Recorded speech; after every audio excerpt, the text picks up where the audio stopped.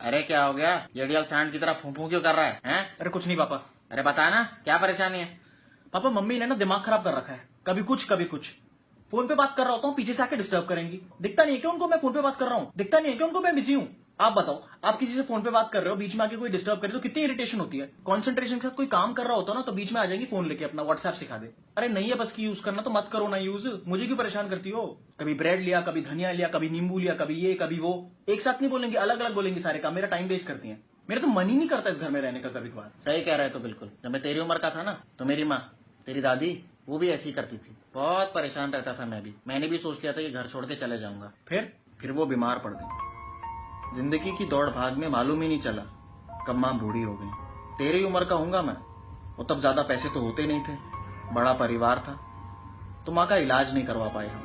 फिर धीरे धीरे उनकी सेहत बिगड़ने लगी। इसके बावजूद वो रोज सुबह उठ के सबके लिए खाना बनाती थी और अकेले घर का सारा काम करती थी। खुद बेशक भूखी सो जाती थी, लेकिन जब तक मैं खाना नहीं खाता था ना तब तक जागी रहती थी। जब बचपन में मुझे बुखार होता था ना तो मेरे सर को अपने गोद में रख के सुलाती थी और पूरी रात माथे पे गीला कपड़ा लगाती थी। खुद आराम नहीं करती थी, बस मैं चैन से सो जाऊं उनके लिए काफी था। मैंने सोचा था कि नौकरी करके पैसे कमा के मैं उनका इलाज करवाऊंगा, लेकिन दुनिया की इस चकाचौंध देख के मैं इतना खुदगर्ज हो गया था कि मुझे एहसास ही नहीं हुआ कि मेरी माँ के पास ज्यादा वक्त नहीं रह गया। और जब होश संभाला तब तक काफी देर हो गई थी। जिस दिन माँ गुजरी ना उस दिन मुझे समझ आया कि माँ से ज्यादा साधारण इंसान तो कोई होता ही नहीं।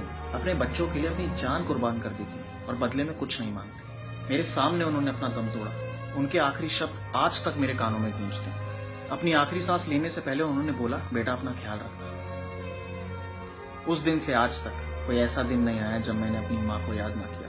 बेटा जिंदगी में कई लोग आएंगे और जाएंगे, लेकिन माँ जैसा कभी कोई नहीं आया। दुनिया की सारी दौलत एक तरफ, माँ की ममता एक तरफ। माँ की गोद पे सर रख के सोने का सुख हर किसी को नहीं मिलता। माँ की कद्र करो, वो है तो तुम, वो नहीं तो तुम कुछ भी नहीं।